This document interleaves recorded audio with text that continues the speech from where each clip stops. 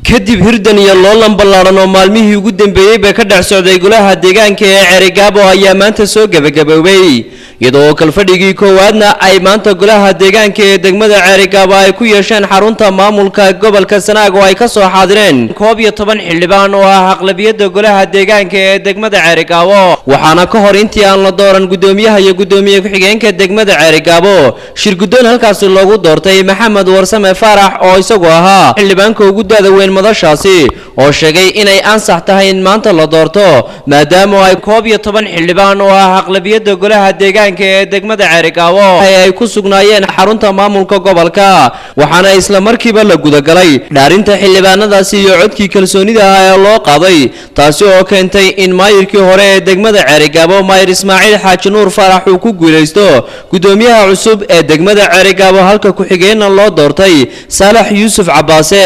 waxaana mas'uuliyiintani ay halkaasi ka soo jeediyeen hadallo kooban kaasi oo maayirka degmada Cerigabo Ismaaciil Xaaji Nuur uu eedeyn ballaaran u jeediyay qaar ka tirsan wasiirada xukuumadda uu ku eedeeyay inay faragelin ballaaran ku sameeyeen arrimaha doorashada hoggaanka cusub ee golaha deegaanka ee Cerigabo annagoo faragelin xubno ka tirsan dawladda ayna ragaadiyeen oo soo farageliyeen oo aan xaq u lahayn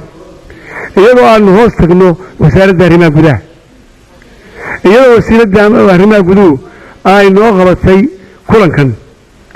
wasiirkuna aqbalay maxkamadduna ay markii hore soo baxnay faafisay waxaanu ugu taaganahay qodobo sharci waxaanu shacbiga u sheegaynaa reer Cerigabo ama ummadda dowladda Soomaaliland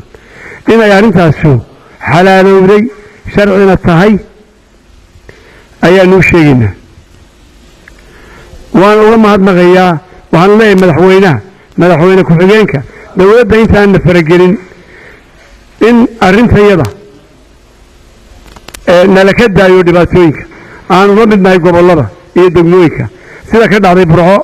oo shalay isdooratay oo 11 xubnood isdoortay gudoomiye ku-xigeenka cusub ee degmada Cerigabo Saalax Yuusuf Cabaase oo isaguna halkaasi ka hadlay ayaa u ballan qaaday in shacabweynaha gobolka Sanaag ay ka shaqeyn doonaan horumarinta degmadaasi in shacabkuna nagula shaqeeyo dawladuna nagula shaqeyso imika laga bilaabana deegooli deegaanku dhisan yahay gudoomiyihii iyo gudoomiye ku-xigeenka aan magacawnay doorashada hoggaanka cusub ee degmada Cerigabo kadib ayaa maanta barxadda hore ee xarunta gobolka Sanaag ay isugu soo urureen boqolaal ka mid ah dadweynaha magaalada Cerigabo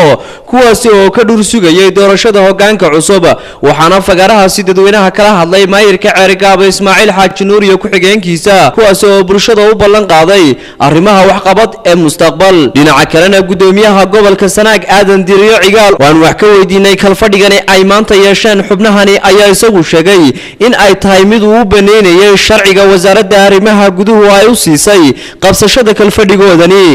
jaallo wasiirka amri bishuusi dakhliga isaga xukuma arrimaha kana oo wasiiru ah